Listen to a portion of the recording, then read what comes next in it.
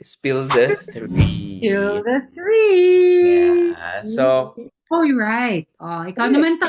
so week 2. Okay? So dito naman is that kung last week medyo ano no, medyo harsh. Dito medyo medyo mataas yung emotions. This time Hmm. medyo gano'n, no? Medyo mataas, mababa, mataas, mababa. So, No joke. No ang joke. pero magaling pero magaling din ang ano, magaling din ang Sino? Sino ang magaling? witness ulit this time. Ah! I'm telling you, Sorry. the NBI, Attorney Lotok, no? Hmm. Kasi, ang issue this time na tinakal nila is that threat, 'di ba? Yung Article 4. Article 4 yun, no? Yes, Tama. Article 4, yung threat mismo, no? If Hmm. it's really real. Nagkaroon dito kaagad ng harapan, no? Bago naman yung lawyer ulit na lumabas kay defense. Oo, si Um, Atty. Vinluan. Mark Vinluan. yes, na at some point strategic pero very very korte ang approach to the extent na Yeah. pinapa-yes or no niya lang ang ano, ang ang witness sa mga counter niya. Pero kaya medyo tumaas ang emotion dito, it's because he's asking marami siyang mga side remarks, 'di ba? Yun! Yun yung, According to you. According to you. Oh, objection, Your Honor. yun yung ayaw ko, yun yung ano yung, di ba, yung, Are you sure? tapos may sagot doon si Attorney Amando eh. Hoy! Ayun. Yung dahil kay Mark Vinluan, sabi niya, according to you, Oh. hoy, objections! According to you. Oh, objection, Your Honor. Hindi niya rin napigilan yung sarili niya. Kasi nga naman, unnecessary yung mga comments na gano'n. Necessary yung side remarks. Yes, yes. Tapos meron pa yung isang term doon na na-mention. Ay, Plan hindi. Romanov. Romanov. Oh, di ba? So, Ano ba yung yung Oplan Romanov? yun kasi, yung parang, it's yung assassination plot as a treasonous proactive hit list targeting the highest heads of state. Tapos, nung una, akala natin kung dun lang sa video nasabi, nung sinabi nung princess na yon, hindi pala. So, ang unang nagsabi nito is si Mayor Baste. A simple message sa ato ang Pangulo. From now on, before you go to bed, think of the Romanovs.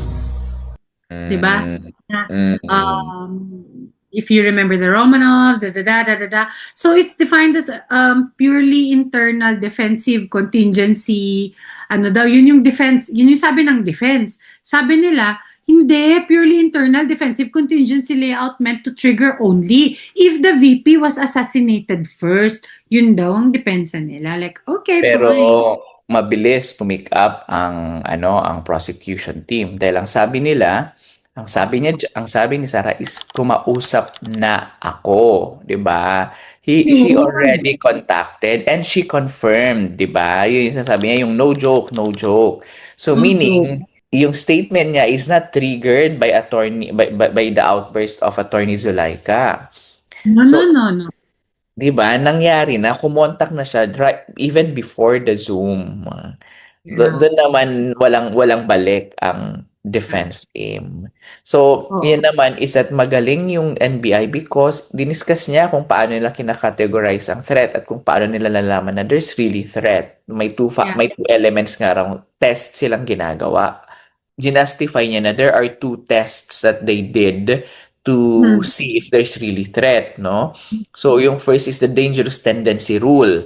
The NBI applied this rule to assess her statements, no, testifying that speech can be restricted and loses constitutional protection if it tends to incite unlawful acts, or even if it stir up the public against the government or undermine yung public safety. Yung second naman na ginawa nila is that the clear and present danger rule. It's used alongside the dangerous tendency rule, di ba? So parang the NBI evaluated kung yung remarks ba pose an immediate substantive threat that the state has a right to prevent. The word prevent. So Very yun good. yung mga pinangahawakan nila. That's the test that they did. Yun yung basis nila. doon sa danger na yan, dito sa threat na yan. And parang kumbaga magaling si NBI eh. A threat is a threat. Yun na yun. Mhm. And then, even if they were like trying to feed words into his mouth, hindi eh. Hindi siya natinagngay. He stuck Yeah. with his mind. And then after that, it goes also to the evidence. Diba? Evidence siya, naging battleground siya. Tapos, yung sabi nung prosecution, yung to legally subpoena and open the Vice President's personal banking and tax records, diba? To prove na merong illicit funding networks. Isa din yun. Kaso, yung depensa naman, sabi nila, block nila yung move nito kasi yung sinasite nila doon is yung absolute na bank privacy laws and lack of direct relevance daw to Article 4, yung grave threat.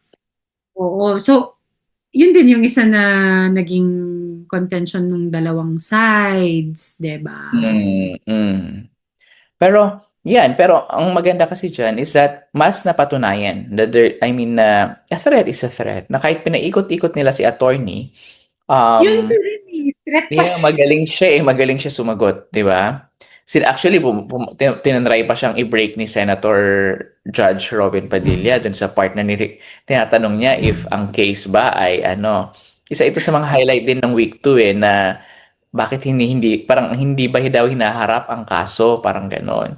So sumagot si Attorney Lotok na yes, tapos parang kumbaga in context, bakit hindi hinaharap daw ni NBI, Attorney Lotok, yung mga kaso niya. Sabi ni Attorney Lotok, wala pa naman eh. Wala pa naman dumarating sa ombudsman. Normal naman po na may mga kaso kami because of the work that we do. They use it as a tool, di ba? To para matakot sila. Tama naman siya eh, wala pa. So, even Attorney Zulaika will no longer be testifying. So, they already move forward. Ito yung para mapabilis din kasi yung trial. They move forward with the part na kailangan bang naisabina ang mga bank records ni Vice President Sara Duterte. So, clear naman yung request ng prosecution dito is that you did it before during the Corona trial. No other than Alan Peter Cayetano and Chis Escudero na nagbigay din ng mga statements nila in support of pushing or approving the pagsabpina ng bank records before ni Chief Justice Renato Corona. So, magaling ang kanyang punto. Magaling ang statement ni Attorney Shell Jokno. Si POA naman, he tried also his best na harangin na sinabihan na data privacy, ginamit ang data privacy, di ba? Na kumbaga, dapat, tsaka phishing expedition daw kasi ito.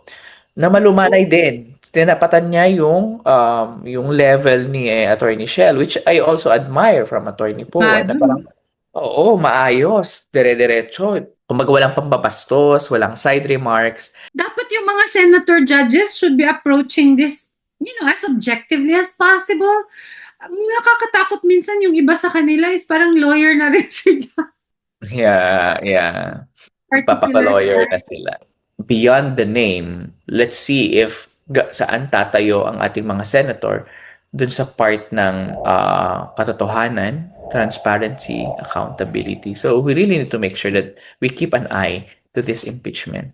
Yeah, so let us keep our eyes open, not just on the witnesses, on the prosecution, on the defense panel, but as well as on our senators. Like, are they really fighting for us? Or are they showing their true colors and fighting for their loyalties? That's one more thing that we look into as the impeachment trial of Vice President Sara Duterte goes on.